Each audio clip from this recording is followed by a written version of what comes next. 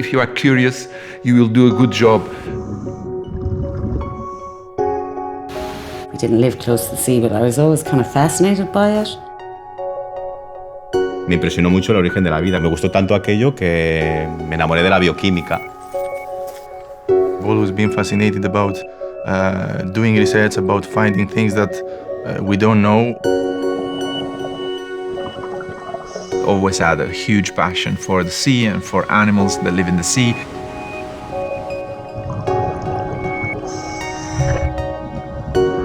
I mean, I was very much attracted to biology and how the biology, the living things work.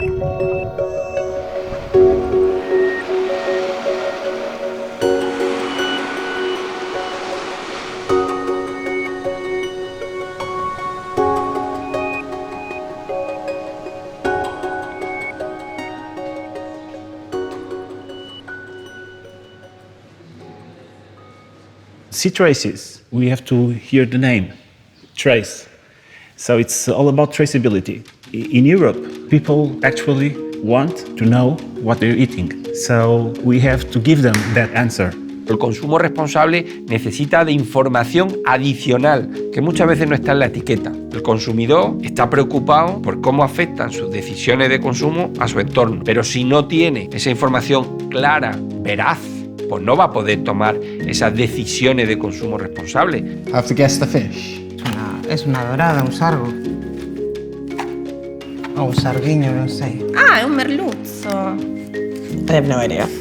Parece salmón. O una lubina. Je me suis trompée. Es una dorada. Tagliato così non l'avrei mai detto. No es salmón. You need a good labeling to get to make your own choice, yes? It says it's, okay, so it's mass produced, so it's not from the ocean. No. Well, that's actually, this one is too. Este es de 2 días antes. Este es más fresco, pero realmente yo no me hubiera fijado. Tiene demasiada información para lo que estamos acostumbrados. Why? Why traceability? Why labeling? Well, in fact, whenever we buy something, you are alerted to the labels. What's in there? Is there something truthful? Is it right? So that was the drive for this project and for my commitment to the project. Can we start? Can we start? Good morning, everybody. I will welcome you to this meeting.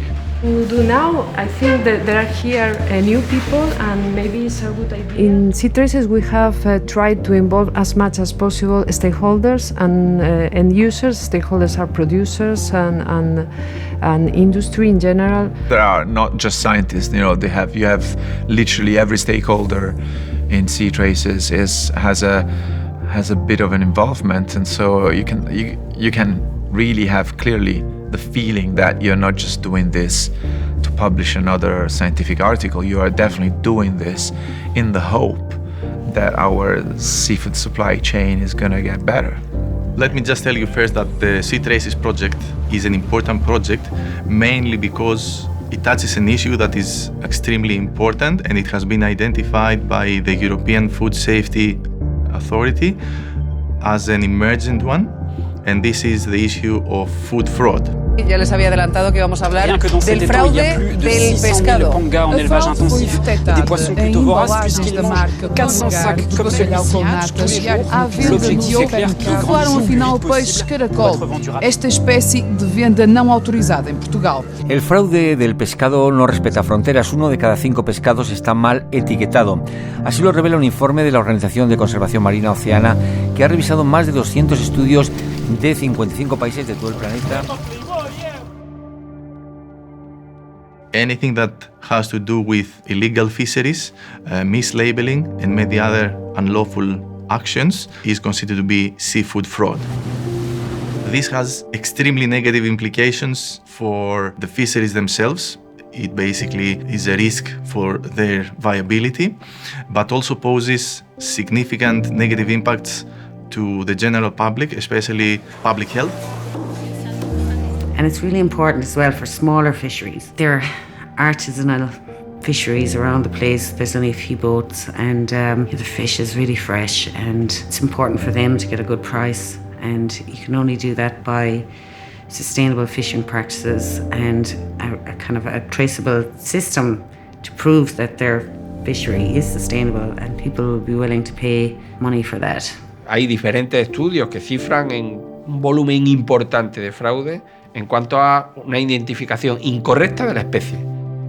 A heavily industrialized process has led to these large supermarket chains having an increasingly high percentage of food that is heavily processed, that is packed and chopped and is frozen and is plastified, and people less and less frequently actually have the opportunity to see a whole fish. You need some methods or analytical methods to control these labelings. We will focus on 3 to 4, 5 case studies of companies that started, I would say, from a low grade of implementation of traceability and labeling.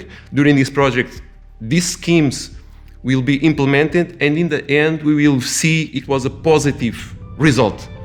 And this will make some case study that can be shown to others to follow the same procedure and the same ideas.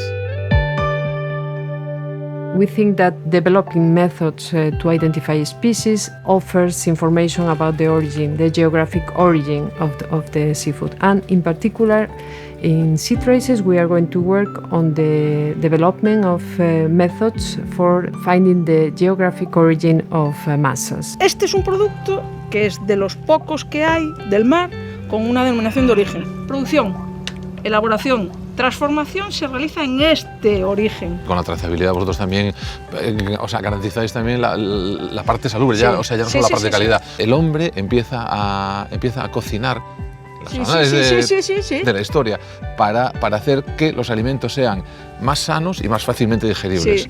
El que esté rico es la segunda cosa más importante, el que esté rico. La primera es que sea salubre.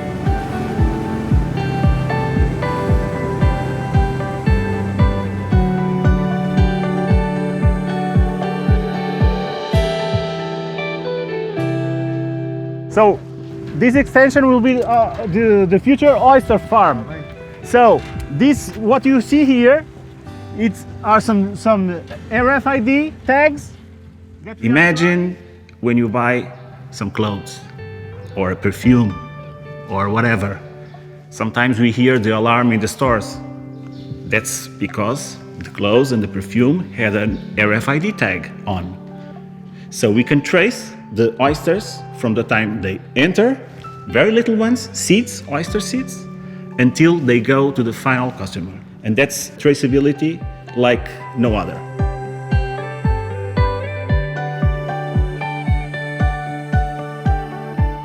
Dentro de SEATRACES también estamos trabajando en un caso de estudio muy particular que es la anchoa del Cantábrico. Es un producto tradicional basado en pesca sostenible y nuestra intención es verificar qué valor le ha podido aportar a nivel socioeconómico la aplicación de una marca como es MSC a la anchoa del Cantábrico. Case studies are really interesting because it's kind of like, industry in practice and, how these companies change because the customers or the consumers are demanding that the fish be traceable and be sustainable. I like to get together and to find new solutions for a better consumer protection. Yes. This is the perfect job. Found something new, you don't know why, and you try to find methods and ways to find a solution and find an answer. Not only finding the answer, but also to telling that story to others, to making a good dissemination of the results. And to see that a lot of people around the world have the same problems, but did not find a solution or don't have yet on their laboratories. That's very interesting things. And sometimes, you feel proud. La gente que sale a pescar todos los días también hay que darle un valor a ese pescado. Es mejor y tiene el precio que tiene porque lo vale. Something without technology nowadays, without ITC, is something from the past. It's good to have the traditions kept, but we have to move forward. So why not be the first to innovate? I want to innovate.